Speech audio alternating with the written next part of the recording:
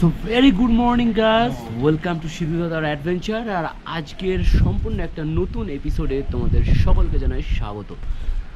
আর আজকের আমাদের যে প্ল্যানিংটা রয়েছে, আজকে আপাতত আমরা রয়েছি আলাফিয়া লাভা হোমস্টেতে, যেখান থেকে খুব সুন্দর একটা ভিউ পাওয়া যায় এবং চাইলেই তোমরা এখান থেকে একটা পাইন ফরেস্ট রয়েছে খুবই সামনে, সেটা ট্রেক করতে পারো, এখান থেকে যেতে পারো লাভা মনিস্ট্রি। Thank you.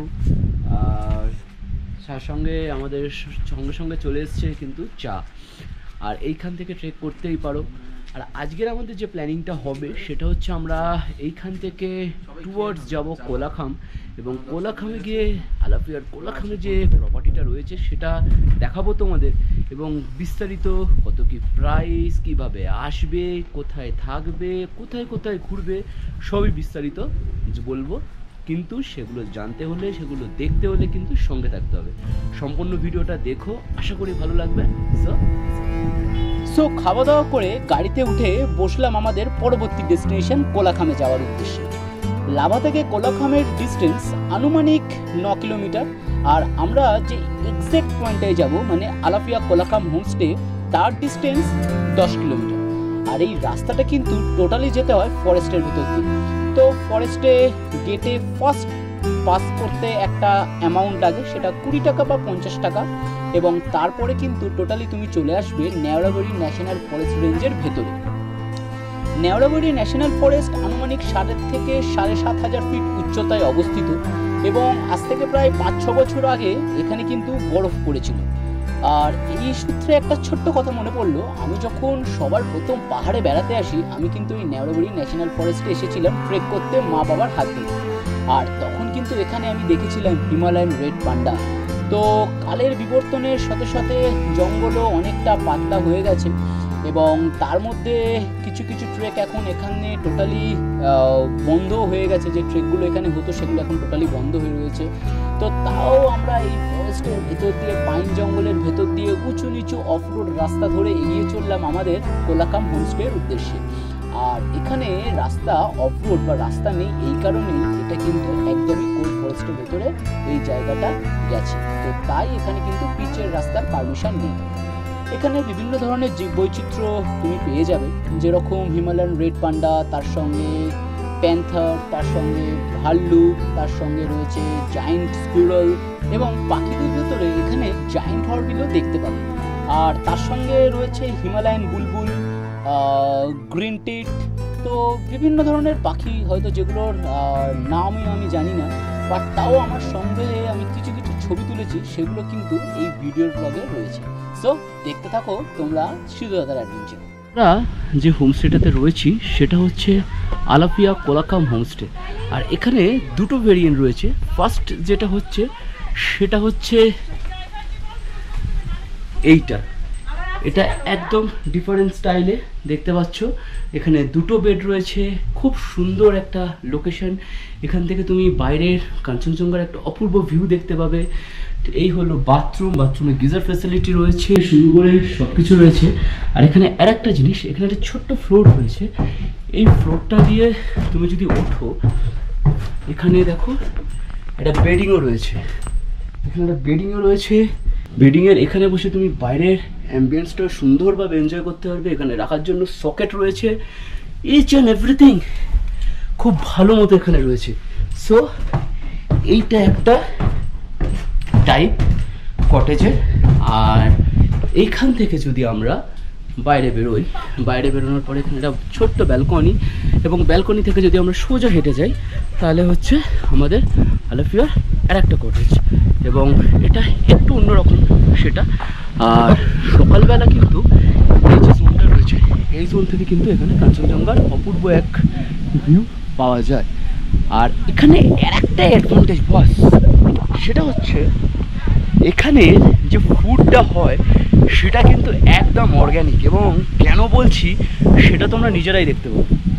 তো এখানে সব ধরনের চাষবাস হয়, লাইক এখানে যেটা ক্যাবেজ, বাঁধাকপি, ওকে ক্যাবেজ রয়েছে এখানে। সম্ভবত এটা অনিয়ন না, ভুট্টা, এটা ভুট্টার গাছ। এইদিকে রয়েছে দেখতে পাচ্ছ মূলো শাক, এখানে মূলো শাক রয়েছে, মানে A to Z সব হচ্ছে অর্গ্যানিক ওয়েতে। এখানে বিনসের গাছ রয়েছে, মটরশুঁটি বিনস এখানে রয়েছে। আর এখান থেকে যদি আমরা হেঁটে যাই একটুখানি, তো এইখানে আমাদের আলাফিয়ার আর একটা হোমস্টে। সো টোটাল দুটো, একটা তোমরা ওইটা দেখলে ওটা একটু অন্যরকম, যারা একটু অন্য কনসেপ্টে থাকা পছন্দ করো তাদের জন্য ওটা, বন্ধু বান্ধব বাইকার গ্রুপস একসঙ্গে, আর ফ্যামিলি ফ্রেন্ডস তাদের জন্য কিন্তু এই স্টেটা বেস্ট। এখানে দেখতে পাচ্ছ দুটোই ডবল বেড রয়েছে, এখানে দুটো ডাবল বেড, এখানে দুটো ডাবল বেড, মানে রয়েছে ডাবল বেড, ভাই ইজিলি এখানে তিনজন অ্যাকোমোডেশন হয়ে যাবে, ইজিলি এখানে তিনজনের অ্যাকোমোডেশন হয়ে যাবে। আর খুব সুন্দর ওয়েল ডেকোর্ড, মানে জায়গাটা খুব ওয়েল ডেকোর্ড, তো তোমাদের এক ফোঁটাও কোনো অসুবিধা হবে না বা কেউ বোরিং হবে না। আর এখানে প্রত্যেকটা রুমের সঙ্গে অ্যাটাচ করে একটা বেঞ্চ রয়েছে, যেই বেঞ্চে বসে তুমি চা খেতে খেতে এই ভ্যালি থেকে সূর্যাস্ত দেখতে পারবে এবং উপভোগ করতে পারবে পাহাড়ের এই সুন্দর মনোরম দৃশ্যটা। সো আশা করি ভালোই লাগলো সকলের, এবং কালকে এখান থেকে আমরা আরও অনেক কিছু অ্যাক্টিভিটি করব, সেই অ্যাক্টিভিটিগুলো দেখতে হলে কিন্তু সঙ্গে থাকবে। সো স্টে টিউনড, শিরুজাদার অ্যাডভেঞ্চার। আর রুমে ঢুকে বসতে না বসতেই আমাদের আজকের লাঞ্চের জন্য অলরেডি কল চলে এলো, এবং এইটা হচ্ছে ডাইনিং এরিয়াটা। একদম পাহাড়ের যে তথাকথিতভাবে যে হোমস্টে, সেটা কিন্তু এই জায়গাটাকে সুন্দরভাবে সাজানো, টোটাল কিচেনটা খুব সুন্দরভাবে সাজানো। এটা আমাদের ডিনার টেবিল, ডাইনিং এরিয়া, আর এই ডিনার টেবিলে আমাদের খাবার সার্ভ করা হবে।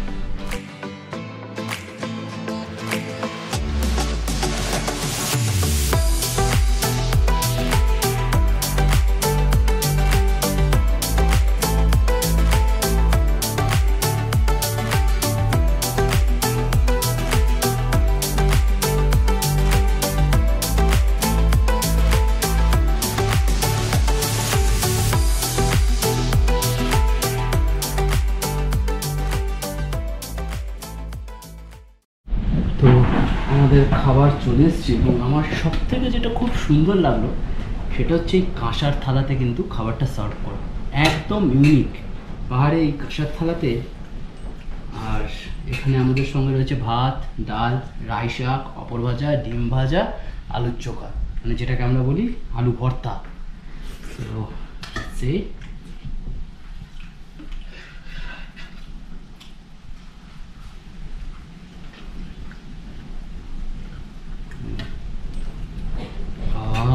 গরম পুরো,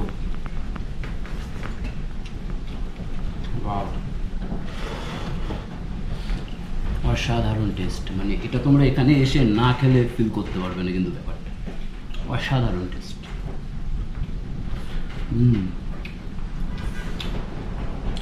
আমি আপাতত ফুডে কনসেন্ট্রেট করি, তারপরে না হয় জায়গাটা ঘুরিয়ে দেখাচ্ছি। এটা খাবারের টেস্টটা এত সুন্দরই ছিল, যতটা না খাই তার থেকে অনেক বেশি খেয়ে নিয়েছি। আর বেশি খেয়ে নিলে যেটা হয় তা অস্বস্তি হবেই ভাই। আর একটুখানি আশপাশটা হাঁটাচলা করবো, এরপরে তোমাদেরও একটু বিউটিটা দেখাবো। তো একটু খাওয়া দাওয়া করে রেস্ট নিচ্ছিলাম, প্রচণ্ডভাবে টায়ার্ড ছিল। আর বিকালের পরন্তু বিকালে, মানে সূর্য পাহাড়ের আড়ালে হালকা চলে গেছে, আর আমি ক্যামেরা নিয়ে বেরিয়ে পড়েছি যদি কিছু বার্ড ফটোগ্রাফি করা যায়। যদি আমার এই 70-300 লেন্সটা একটা মিনিমাম রেঞ্জ আছে, সেই রেঞ্জেই প্রচণ্ডভাবে এফেক্টিভ রেঞ্জ 70-300 জানো যারা ফটোগ্রাফি করো, এর ভেতরেই যদি কিছু পাই তো চেষ্টা করব। আর এখনও পর্যন্ত যেটা দেখেছি সেটা হচ্ছে একটা ইন্ডিয়ান রবিন, একটা রঙ্গ, এই দুটো জিনিস দেখেছি।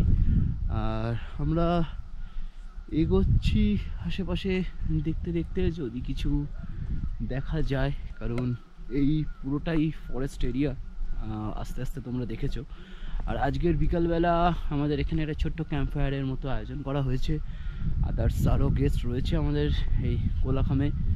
আর আশপাশটা একটুখানি আমি এদিক ওদিক ঘুরে দেন আবার ব্যাক টু রুম, কারণ প্রচুর ফুটেজ রয়েছে, অসংখ্য ফুটেজ, অসংখ্য ভিডিও তোমাদের জন্য আসছে, এবং সেইগুলোই কালেক্ট করবো গিয়ে।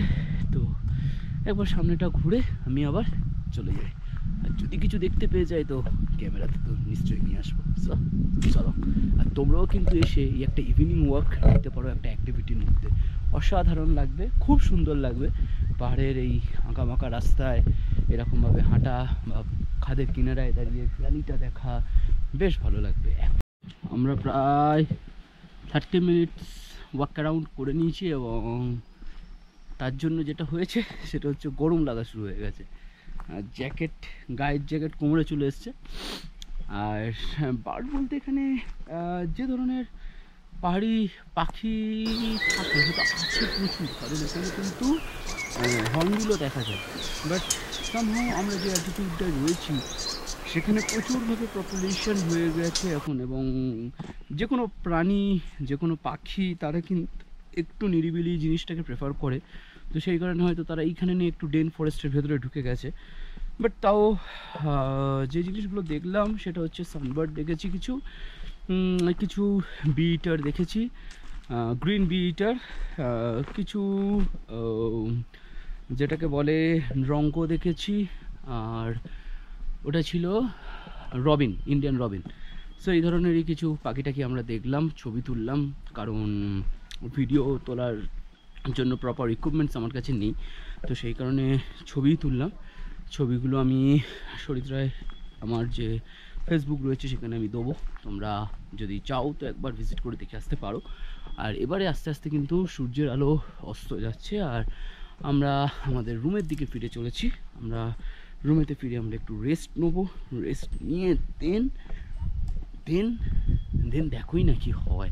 এই মুহূর্তে যেটা এনজয় করছি সেটা হচ্ছে একটা সুন্দর রাত্রি আর সাথে এরকম একটা ক্যাম্প ফায়ার, যেটা তোমাদের দেবে কিন্তু আলাপিয়া কোলাকাম হোমস্টেতে।